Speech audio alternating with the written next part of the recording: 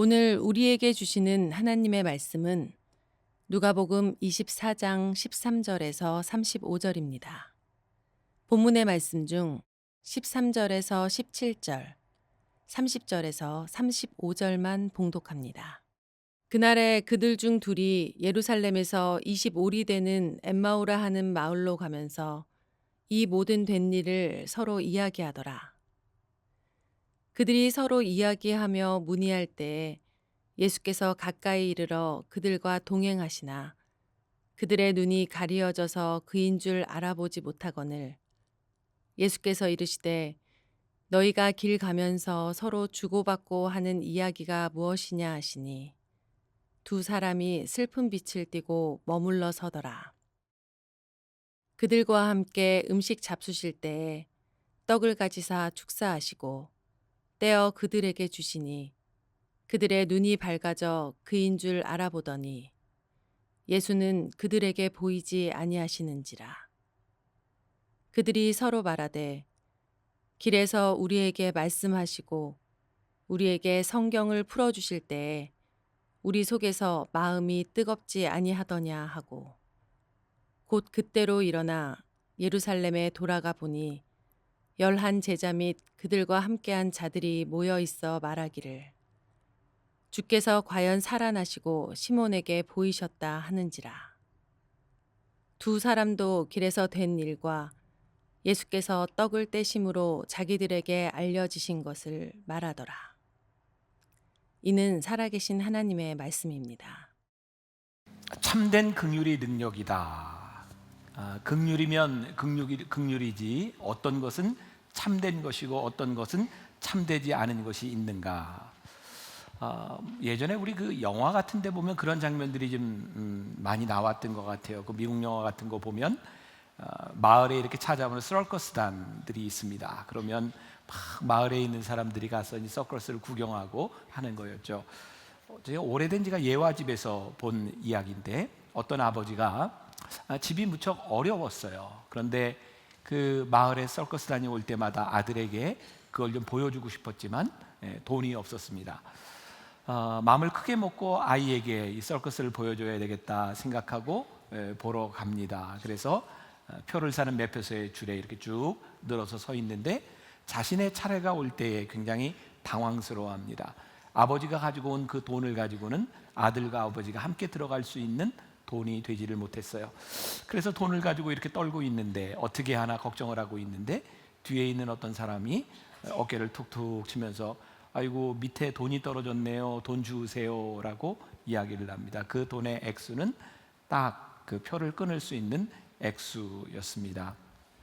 짐작이 가시겠죠? 그 뒤에 있는 사람이 아버지의 마음을 상하지 않도록 창피하지 않도록 돈을 떨어뜨려 놓고 죽도록 한 것입니다. 이 이야기가 감동스러운 이유는 무엇일까요? 단순히 도왔기 때문은 아닌 것 같아요. 그 아버지의 마음을 헤아리는 그 마음이 있었기 때문에 이 도움이 감동적이지 않았을까. 오늘 제가 긍휼에 대한 이야기를 하고 싶은데 이 긍휼은 단순히 누구를 돕는다 이런 차원의 이야기를 여러분들과 나누고 싶은 것이 아닙니다. 정말 하나님께서 우리들에게 가르쳐 주시는 참된 긍휼, 그 참된 긍휼이 우리들에게 능력이 있다고 하는 것이 무슨 의미일까? 우리들이 그런 말씀을 나누려고 합니다. 오늘 본문을 읽으며 여러분들에게 조금 의문이 좀 들었어야 합니다. 왜 긍휼에 대한 말씀을 나누는데 저 본문을 읽었을까? 의문이 좀 드셨죠? 네, 그냥 끄덕여 주세요. 네, 이 내용이 주로 언제 많이 읽는 본문이죠? 부활절에 예수님 부활하시고 난 후에 엠마오로 가는 두 제자들에 대한 이야기는 부활절이 되면 우리들이 많이 읽고 듣는 그런 말씀입니다. 저는 오늘 이 말씀 가운데서 부활절의 이야기가 아니라 엠마오로 내려가는 두 제자를 만나 주셨던 예수님의 마음, 그리고 예수님의 마음 가운데 참된 긍휼이 있었음을 생각하며 여러분들과 이 말씀을 나누려고 합니다. 오늘 우리가 읽었던 본문 말씀 17절에 보면 예수께서 이르시되 너희가 길 가면서 서로 주고받고 하는 이야기가 무엇이냐 하시니 두 사람이 슬픈 빛을 띠고 머물러 서더라 이렇게 되어 있어요. 슬픈 빛을 띠고 제가 보았던 영어 성경에는 이 슬픈 빛을 downcast라고 하는 단어를 쓰고 있더라고요. 이 슬픔을 표현하는 이 말은 자신감을 잃고 소망을 잃어버린, 그래서 영적으로 침체되어 있는 모습입니다. 엠마오로 내려가고 있는 이 두 제자를 표현하는 말이 downcast, 그들이 소망을 잃은 모습으로 내려가고 있어요. 오늘 본문은 제가 13절부터 여러분들과 함께 보았는데, 이 13절은 그날에라고 시작이 되고 있습니다. 그날은 언제였을까요? 예수님께서 부활하신 날입니다. 문제는 예수님께서 부활하신 그날에 이 제자들은 예수님의 부활의 사건을 모르고 있었다는 겁니다. 부활의 소식을 모르고 있었기 때문에 그들은 그의 인생에, 그들의 삶을 걸었던 예수님의 죽으심에 대한 소리를 듣고 내려가면서 오늘 본문 14절에 보니까 그 모든 된 일을 서로 이야기하더라. 그 이야기는 소망의 이야기가 아니라 절망의 이야기였을 것입니다. 그들은 예수님의 부활의 소식을 모르고 있었기 때문입니다. 그들이 슬픈 빛을 띠고 내려가고 있는 그때에 15절과 16절에 보면 예수님께서 다가오셨습니다. 그들이 서로 이야기하며 문의할 때 예수께서 가까이 이르러 그들과 동행하시나 그들의 눈이 가리워져서 그인 줄 알지 못하거늘. 이 부분에서 우리가 또 조금 이해가 되지 않는 부분이 있습니다. 왜 예수님은 저렇게 슬픔에 쌓인 제자들에게 오셔서 야 나야 내가 부활했어 그 소식을 빨리 알려주지 않으시고 그들과 함께 걸으셨을까? 제가 여러분들에게 그런 얘기를 종종 하죠. 우리들이 성경을 볼 때에 상상력을 가지고 보자. 그러니까 이때 이 상황을 우리들이 한번 생각해 보세요. 예수님께서 이들에게 오셔서 내가 부활했다라는 이야기를 하시지 않고 그들과 함께 기쁜 소식이 아닌 그들과 함께 걸어가신 이유는 무엇이었을까? 제가 상상하고 제가 묵상하는 바로는 예수님께서는 그 두 명의 슬픈 빛을 뜨고 있는 그 사람들에게 희망의 이야기를 던져주는 것보다 더 중요한 것이 있었는데 그들 속에 있는 마음의 상처를 드러내는 일이었던 것 같아요. 예수님이 부활하셨다, 예수님이 십자가에 못 박히셨다. 무엇보다 그들에게 상처가 되는 일은 예수님이 십자가에 달리시는 현장에 그들이 없어서 그들은 피해 같은 자들이었고, 그리고 부활도 모르는 이들에게 있어서 이들의 절망한 가운데서 예수님께서는 부활의 소식보다 그들 가운데 있었던 아픔이 무엇인지를 드러내기를 위하여 동행하고 계셨어요. 저는 이 긍휼과 이 도움의 가장 큰 문제 가운데 하나는, 우리가 참된 긍휼을 경험하지 못하는 이유 가운데 하나는 우리는 누군가를 도우려는 마음은 있지만 동행하려고 하는 마음이 부족한 것은 아닌가.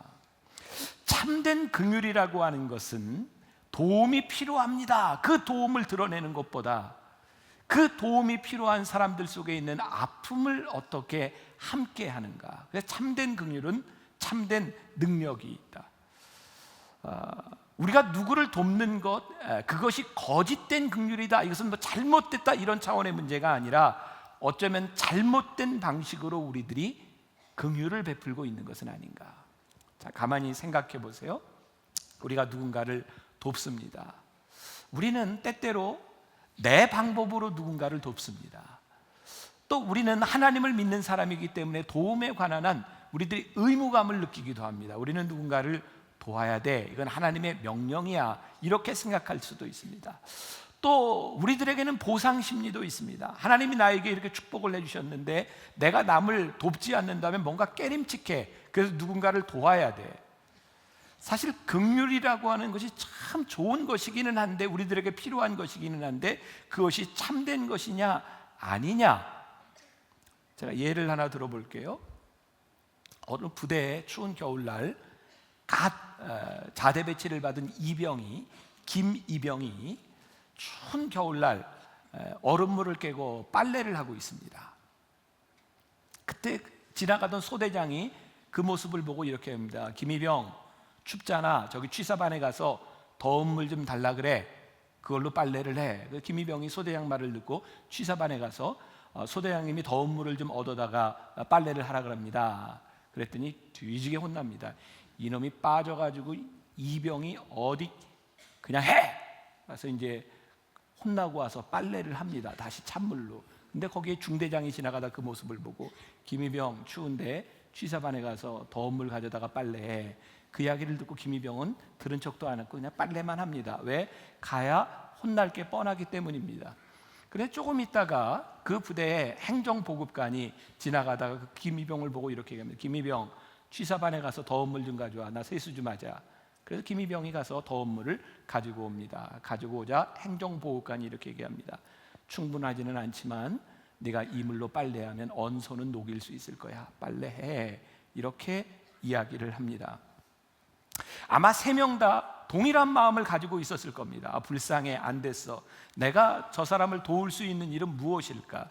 그래서 그들은 도울 수 있는 마땅한 일을 했을 겁니다. 그리고 우리는 최선을 다했어 라고 말할 수 있을 것입니다. 그런데 최선을 다한 마땅한 일 때문에 모두가 행복해지지는 않습니다.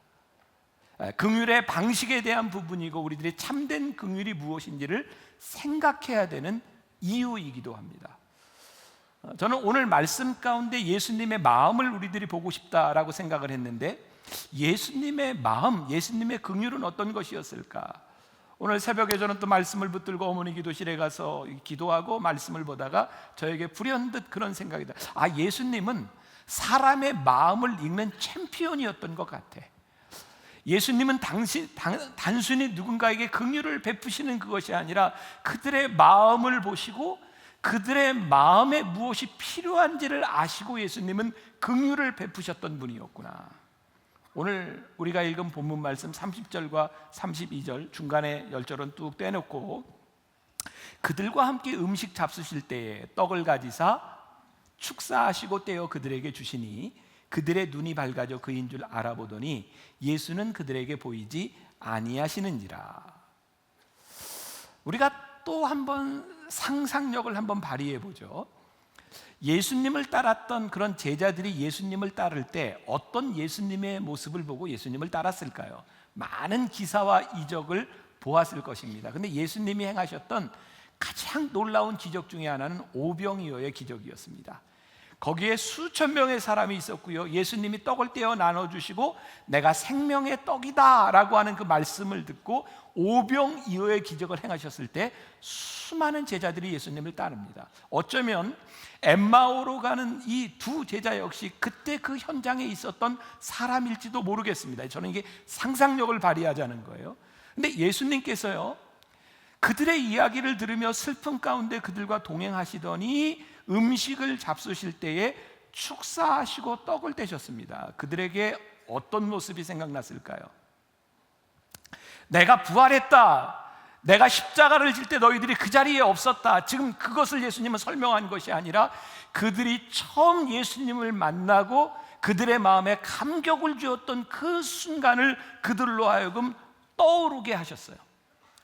예수님께서 그들에게 부활의 소식을 전해주신, 그들에게 긍휼을 주신 그 방법은 긍휼히 여기는 마음으로 도움을 주신 것보다 그들의 눈이 밝아져서 그들이 예수님을 바라보도록 만드셨고, 놀라운 것은 그들이 도움을 받음으로 인하여 혹은 그들에게 가졌을 죄책감 내지는 그들에게 있는 부담감이 아니라 예수님을 바라보는 순간 그들의 마음이 뜨거워져서 다시 사명의 자리로 올라가도록 예수님이 만드셨어요. 결론적으로 이야기를 한다면 참된 긍휼은 단순히 누군가를 돕는 그런 마음에서 끝나는 것이 아니라 그들의 마음 가운데 상처를 치유하며 치유된 마음 가운데서 소명으로 나아갈 수 있도록 이끌어줄 때 참된 긍휼은 참된 능력을 가지는 것이 아닐까. 그 예수님의 방법은 때때로 우리의 예측을 벗어나는 일이었던 것 같아요. 우리가 생각하는 것처럼 예수님 그냥 그 자리에서 내가 부활해서 얘들아 힘내 이러면 될 텐데, 예수님은 단순한 그런 긍휼에 대한 것이 아니라 치유와 회복과 사명으로 이끌어 가시는 모습을 우리들이 보게 됩니다. 그래서 우리가 한번 생각해 볼 필요가 있다.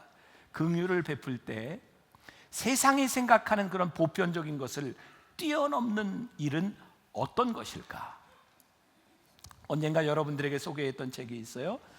시애틀에 있는 권준 목사님이 쓴 교회만 다니지 말고 교회가 되라. 이 책에 보면 아주 평범한 이야기가 하나 나옵니다. 그 교회 교인 하나가 작은 식당을 운영하면서 어려운 사람을 잘 돕습니다. 감동적이죠. 노숙자가 오면 밥을 이렇게 주기도 하고 합니다. 어느 날 노숙자가 왔는데 음식을 이렇게 만들어 준 거예요. 근데 노숙자가 그걸 받아가다가 떨어뜨렸습니다. 노숙자는 당황해서 음식을 줍습니다. 주인이 그것을 못 죽게 합니다. 놔두세요. 괜찮아요. 놔두세요. 근데 노숙자가 그걸 놓지 않는 거예요. 왜? 그거 놔두면 못 먹을지도 모르니까. 그래서 주인이 이야기합니다. 걱정하지 마세요. 제가 새 음식을 만들어 드릴 테니까 걱정하지 마세요. 근데 노숙자에게는 그게 확 와 닿지 않는 겁니다. 어떻게 한 번 만들어줬는데 떨어뜨렸다고 또 음식을 만들어줍니까? 근데 잠깐 기다리세요. 그리고 새롭게 음식을 가져다 줍니다.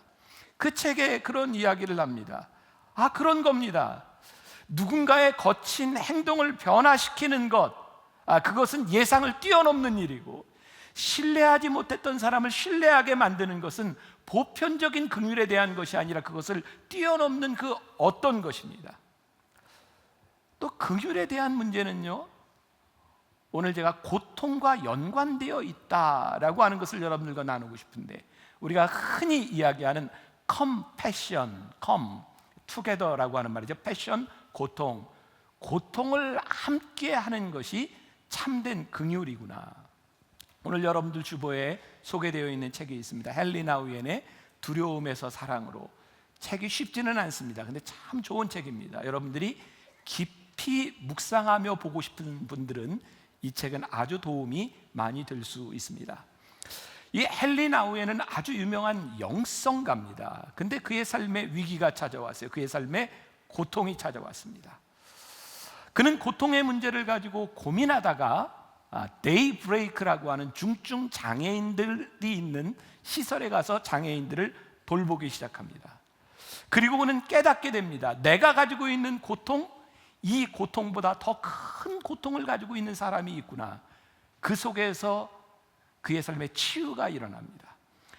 고통의 문제는 나만의 문제가 아니라 우리가 함께하는 일이구나. 그것이 그를 치유로 만들어줍니다.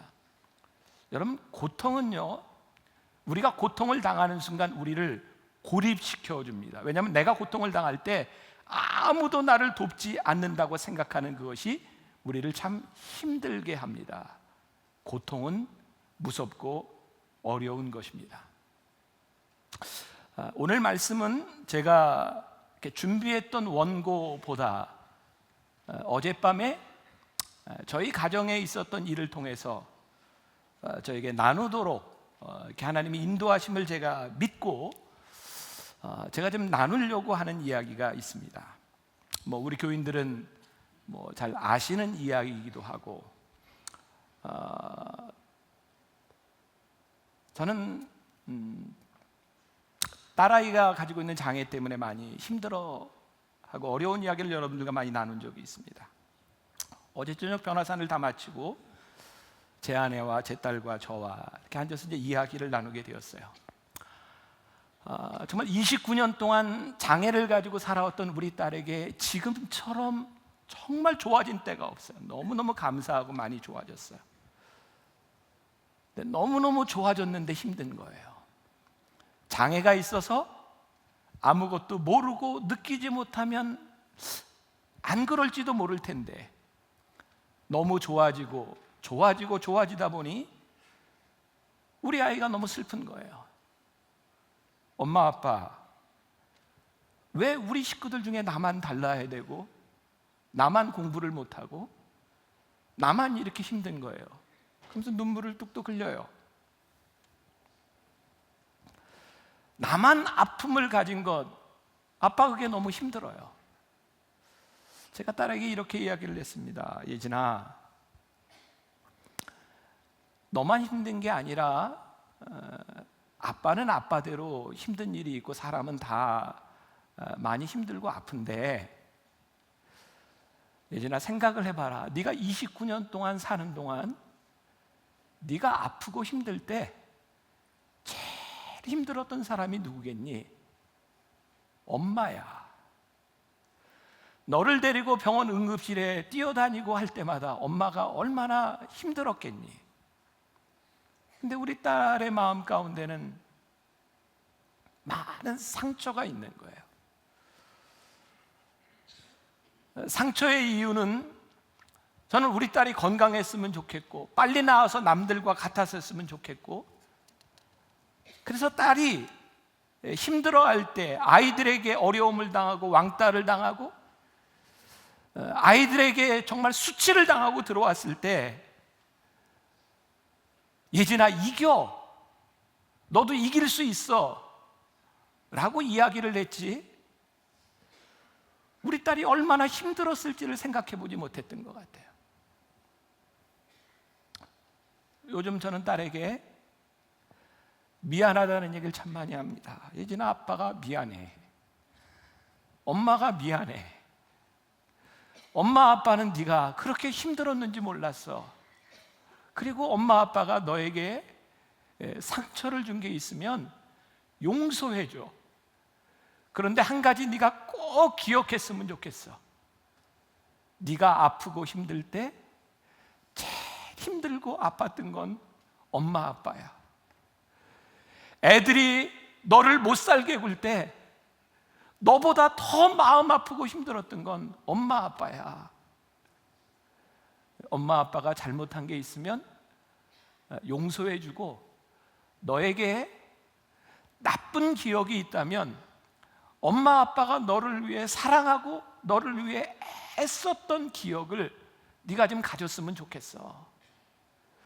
우리 딸아이가 요즘 정말 너무너무 좋아지거든요. 근데 우리 딸아이가 이런 얘기를 하는 거예요. 복지관에서 자기보다 더 어려운 아이들을 섬기는 봉사하는 일을 해요. 그런데 어느 날 복지관에 어떤 사람이 오더니 그 장애 아이들을 바라보며 막 말귀를 못 알아듣는다고 막 욕을 하고 힘들게 하더래요. 그게 너무너무 화가 났대요. 그러면서 우리 아이가 저에게 그런 얘기해요. 아빠, 저 너무너무 좋아지는데요, 우리 아이가 요즘 성경 공부도 열심히 하고 꿈도 생기고 29년 동안 정말 이랬던 적이 없을 정도로 너무너무 열심히 사는데요, 우리 아이가 그러는 거예요. 아빠, 두려운 게요, 겁나는 게요, 제가 몸이 다 나으면 저 아픈 아이들 마음을 제가 이해하지 못할 것 봐 제가 겁이 나요. 제가 그 마음이 느껴지는 거예요.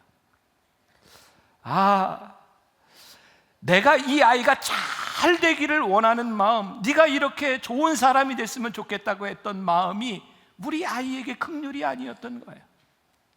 그래, 너 참 힘들었지, 네가 참 많이 아프지, 그게 우리 아이에게 필요했는데 나는 사랑한다는 마음으로 상처를 참 많이 줄 수 있었구나.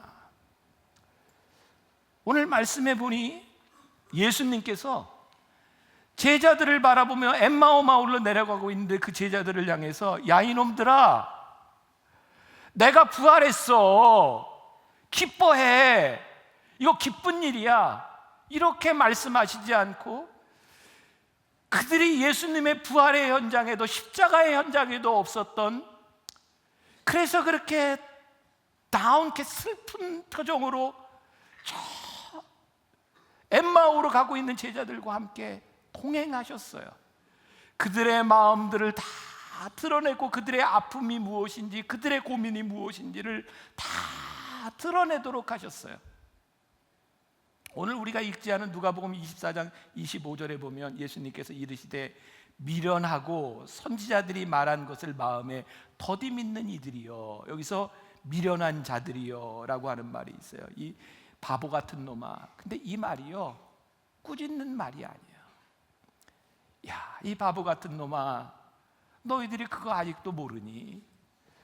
예수님께서 그들의 마음을 바라보며 야, 이 미련한 놈아 라고 하는 것은 그 마음을 알아가기를 원하는 예수님의 마음이 거기에 담겨 있어요. 너희들 슬퍼할 필요 없어, 용기를 내, 그것이 아니라 그들의 슬픔의 이야기를 들어주셨던 예수님의 마음이 예수님이 십자가에 달려 돌아가시고 고통 가운데 있었던 그들의 마음을 들어주셨던 예수님의 마음이 그들로 하여금 예수님을 바라보게 되었을 때에 마음이 뜨거워지기 시작했고, 그들이 도망해서 내려오던 예루살렘을 향하여 다시 그들의 발걸음을 돌리게 만들어요. 참된 긍휼이 능력이다. 이것은 단순히 우리가 누군가를 돕고 누군가에게 도움이 되는 것을 말하는 것이 아니라, 그들 속에 있는 아픔과 고통을 우리들이 함께하며 그들의 삶을 바꾸어주고 용기 있게 살아갈 수 있도록 인생을 바꾸는 긍휼의 고리, 이것이 우리들에게 주시는 참된 긍휼은 아닐까. 하나님이 교회를 부르신 이유, 어쩌면 긍휼의 공동체로 우리를 부르신 것은 아닐까. 우리는 종종 이런 꿈을 꾸죠. 하나님 우리 교회를 축복하셔서 우리 교회가 할 수 있는 많은 일들, 누군가를 도울 수 있는 일들, 그 일들을 감당할 수 있도록 해주세요. 근데 정말 하나님이 우리들에게 바라시는 것은 많은 헌금을 가지고 누군가를 돕는 것이 아니라, 너희들이 그들의 아픔을 알아라 라고 말씀하시지 않을까.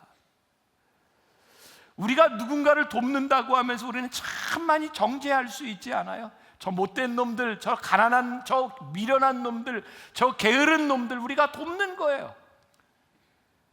우리들이 긍휼함을 베풀기는 하는데 거기에 아버지의 마음이 없이 누군가를 도와요. 그래서 그냥 돕는 사람은 끝까지 돕고 도움을 받는 사람들은 끝까지 도움을 받고 능력이 나타나지 않아요. 우리들이 정죄할 수 있는 일 참 많죠. 지금 중동과 유럽에서 일어나고 있는 그런 전쟁들을 바라보며, 이슬람권의 과격한 사람들 때문에 전쟁에서 피난민이 되고, 그리고 배를 타고 가다 죽어가는 그 사람들을 바라보며, 우리 저 사람들이 어떻게 도울까, 이런 도움에 대한 마음이 아니라 그들의 마음이, 그렇게 죽어갈 수밖에 없는 사람들의 마음이 우리들에게 들어오고, 에이즈로 죽어가는 사람들을 바라보며 야 불쌍하다, 그런 차원 저 사람들을 어떻게 도울까, 부도덕적으로 살아가다가 저들에게 얻어진 저런 일들을 우리들이 어떻게 도울까가 아니라 고통 속에 죽어가는 그들의 마음들이 우리들에게 들어오기 시작하는 것, 그게 예수님께서 우리들에게 바라시는 긍휼의 모습은 아닐까. 우리 선교팀과 함께 지난해 네팔에 갔을 때요, 진짜 제가 가본 나라 중에, 지금까지 가본 나라 중에 제일 못 사는 나라 하나 꼽으라면 네팔입니다. 상하수도 시절에부터 교통 인프라가 전혀 되어 있지 않고 지진으로 인하여 진짜 숨 쉬는 것조차 힘든 나라. 첫 인상이었어요. 저런 나라에서 어떻게 사나, 저 쓰레기 더미에서 어떻게 사나, 저 물을 어떻게 먹나. 우리가 도와야 된다고는 생각을 했지만 그 나라는 우리가 못 살 나라였어요. 근데 그들의 이야기를 듣기 시작했어요. 인도와 국경을 접하고 있는 그 나라, 히말라야에서부터 물이 그렇게 많이 내려오는데 인도 사람들이 댐을 컨트롤하기 때문에 그 물을 쓸 수도 없는 나라. 히말라야 산이 맡고 있는 또 한쪽은 가장 강력한 중국이라고 하는 나라의 통제에 아무것도 할 수 없는 나라. 그래서 몸을 팔면서 어린아이들이 팔려가는 그 나라. 못 사는 나라가 들어온 것이 아니라 그들의 아픔이 보여지기 시작하니까 우리 선교팀들이 이 나라에 우리가 해야 될 일, 여기에도 새마을 운동도 좀 일어났으면 좋겠고 이런 일도 일어났으면 좋겠고, 그들의 아픔이 우리들 가운데 느껴지기 시작할 때 단순히 도움에 대한 문제가 아니에요. 긍휼은 불쌍하다 이것에 대한 문제가 아니라, 누군가를 여러분들이 바라보며 불쌍하다 이것에 대한 문제가 아니라, 하나님 그들이 아파하고 힘들어하는 모습이 내 마음 속에서 느껴지게 하여 주셔서 내가 돕는 것에 대한 문제가 아니라 긍휼의 고리로 능력을 만들어 가게 하여 주옵소서. 긍휼의 고리, 생각할 수 있는 영상이 하나 있는데, 제가 어제 우리 예배팀이 이걸 좀 보자 그랬어요. 야, 태국에서 어떻게 이렇게 참 좋은 영상을 만드는지 한번 보겠습니다.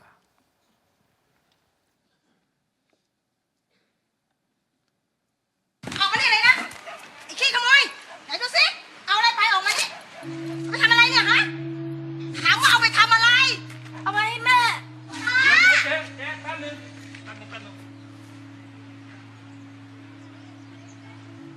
ป่วยเหรอ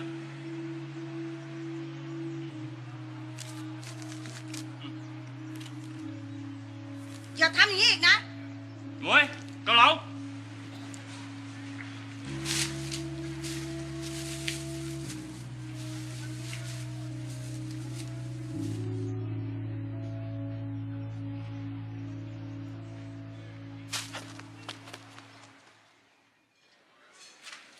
จ๋อนั่งเลยครับนั่งเลย ป๊า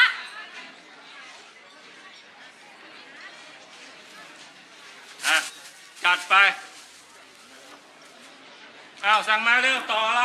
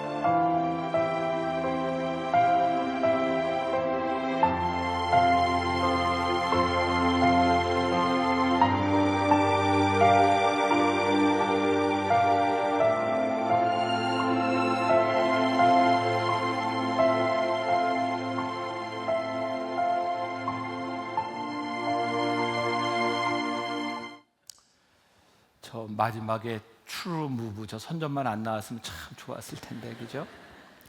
알아보니 저게 실화는 아닙니다. 아무튼 저기에 보면 이 아이가 의사가 돼서 이제 봉사하는 사진들이 이렇게 걸려 있잖아요. 우린 누군가를 향해서 정의를 이야기할 수 있어요. 너 이거 도둑질이야. 근데 그 아이가 도둑질을 할 수밖에 없었던 아픔을 바라보는 것은 그 아이의 고통을 함께하는 거예요. 우리는 흔히 조금 전에도 이야기했던 하나님 저에게 축복을 주시면, 하나님 저에게 사업에 축복을 해주시면 제가 돕겠습니다. 근데 하나님은 그걸 원하시는 분은 아닌 것 같아요. 하나님이 돈이 없어서 내가 돈 벌어서 남을 도와라, 그런 분이 아니시라 삶을 바꾸는 능력의 고리를 만들어갈 수 있는, 긍휼의 고리를 만들어가는 우리의 마음을 하나님이 원하시는 것은 아닐까. 이와 비슷한 실화가 하나 있어요. 제가 2부 때는 시간이 없어서 못 나눴는데, 하워드 켈리라고 하는 존 홉킨스 대학의 공동 창립자입니다. 젊은 시절 존 켈리는 아주 부잣집 아들이었지만 아버지가 교육을 빡세게 시킵니다. 자기가 돈을 벌면서 아르바이트를 할 때 어느 날 물건을 팔러 가다가 물건을 팔지 못해서 아주 배고파서 돈이 없는 상태에서 어떤 집을 찾아가게 되었어요. 밥을 좀 얻어 먹으려고 문을 두드렸는데 어떤 아름다운 여인, 부인이 나왔어요. 근데 쑥스러워서 먹을 거를 달라고 이야기를 못합니다. 물 한 잔 주세요. 근데 그 여인은 이 켈리가 배고픈 걸 알아보고 우유를 한 사발 줍니다. 우유를 먹고 제가 얼마를 내야 되나요? 그랬더니 그 여인이 이렇게 말을 합니다.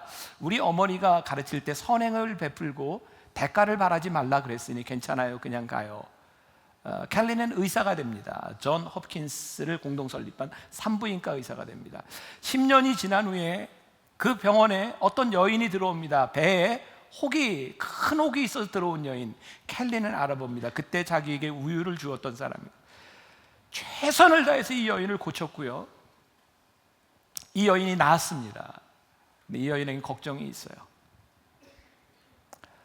어떻게 이 돈을 갚을까? 그때 켈리가 똑같이 그렇게 쪽지를 하나 줍니다. 10년 전 우유 한 사발로 모든 값은 지불되었습니다. 저는 긍휼의 고리라고 생각하거든요. 또 하나 이야기할까요? 우리가 잘 아는 마이클 조던이라고 하는 농구 선수가 있습니다. 마이클 조던, 시카고 불스에 처음 올 때 그는 무명의 선수였습니다. 마이클 조던이 간신히 비행기표를 만들어 가지고 시카고에 왔을 때 그는 구장에 갈 만한 택시비가 없었습니다. 사람들에게 요청합니다. 내가 나중에 갚을 테니 태워주세요. 아무도 태워주지 않았답니다. 그때 택시가 한 대 서서 마이클 조던을 태워다닙니다. 그리고 이렇게 얘기합니다. 내가 당신의 첫 번째 팬이 될 테니 좋은 선수가 되십시오.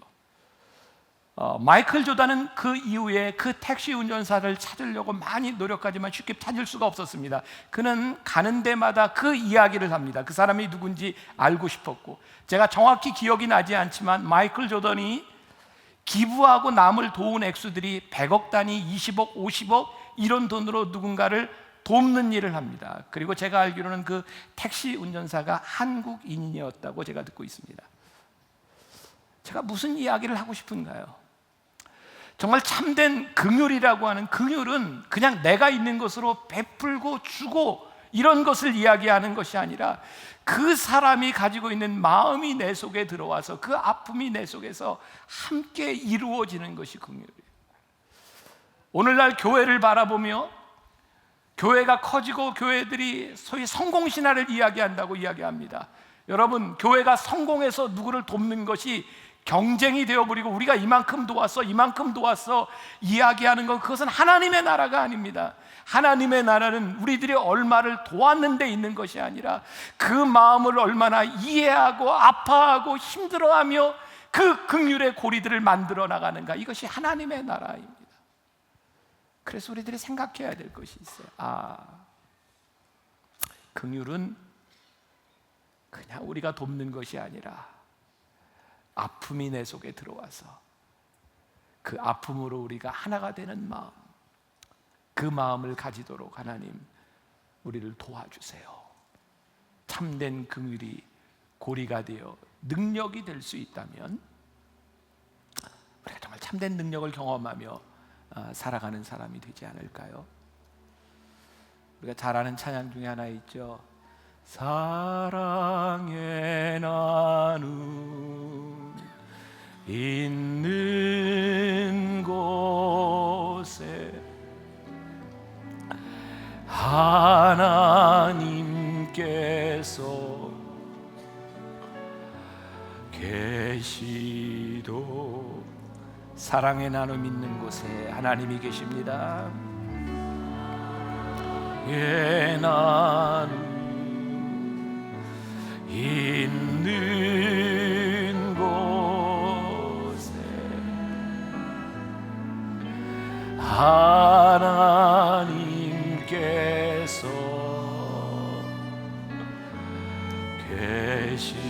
계시도, 사랑의 나눔 있는 곳에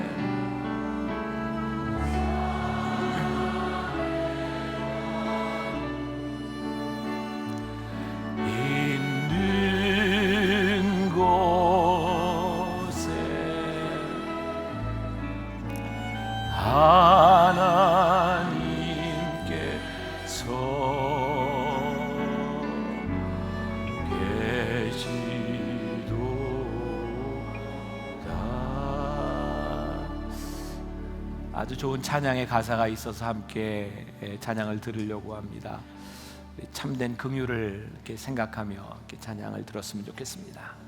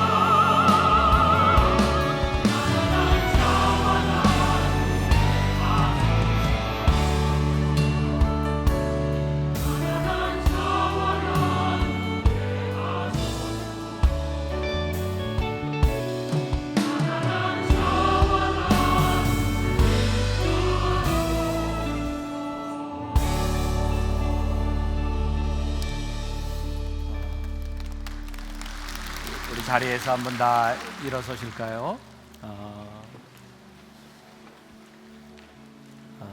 우리의 궁일함 가운데도 하나님이 안 계실 수 있구나.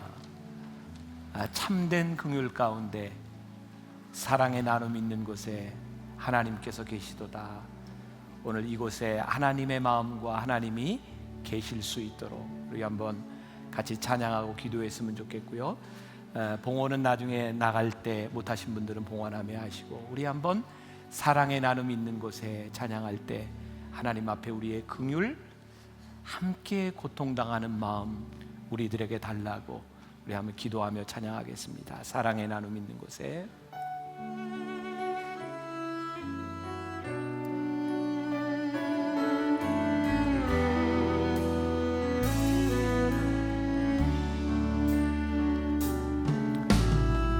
사랑의 나눔 있는 곳에 하나님께서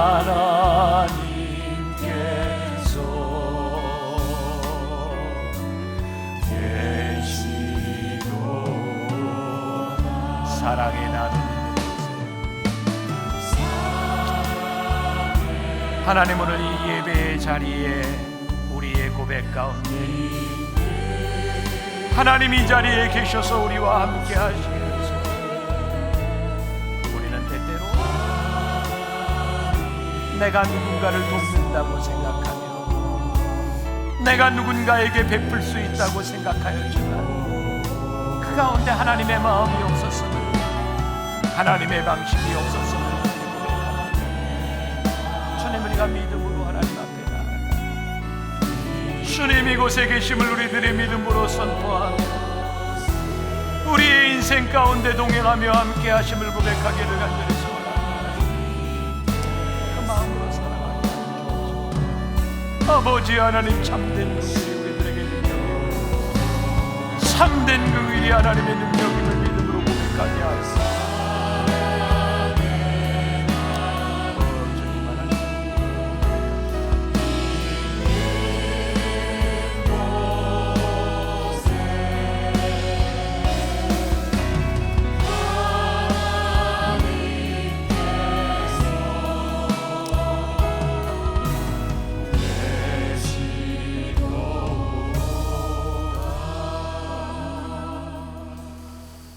하나님, 오늘 우리가 하나님께 간절히 바라는 마음이 있습니다.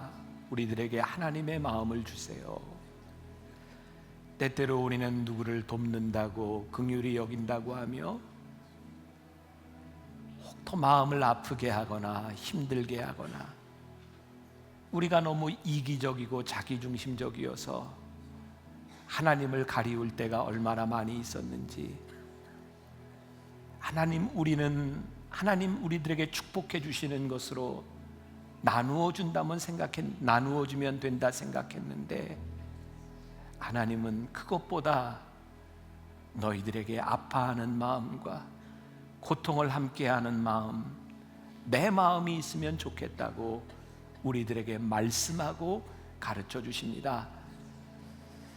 하나님의 마음이 있는 사람들, 하나님의 은혜가 있는 사람들, 그래서 오늘 물질이 쓰여지는 곳에도 단순한 도움이나 단순한 봉사나 긍휼이 아니라 우리의 마음이 함께하는 하나님의 마음이 전해지는 귀한 예물이 되도록 축복하여 주옵소서. 우리 사랑하는 성도들의 삶 가운데 내가 도움을 받을 때도 도움을 줘야 할 때도 있는데, 우리가 마음을 나누는 사람이 되기 위하여 기도하고 하나님 닮아가기 위하여 기도하며 승리하는 사람들, 우리의 어려움들을 등이 함께 이겨내는 사람들, 믿음의 사람들이 되게 하여 주옵소서. 지금은 우리 주 예수 그리스도의 은혜와 하나님 아버지의 무한하신 사랑과 성령의 인도하심이 참된 긍휼이 능력임을 믿으며 나가는 당신의 사랑하는 모든 백성들 위해 지금부터 영원까지 함께 하시기를 간절히 축원하옵나이다. 아멘.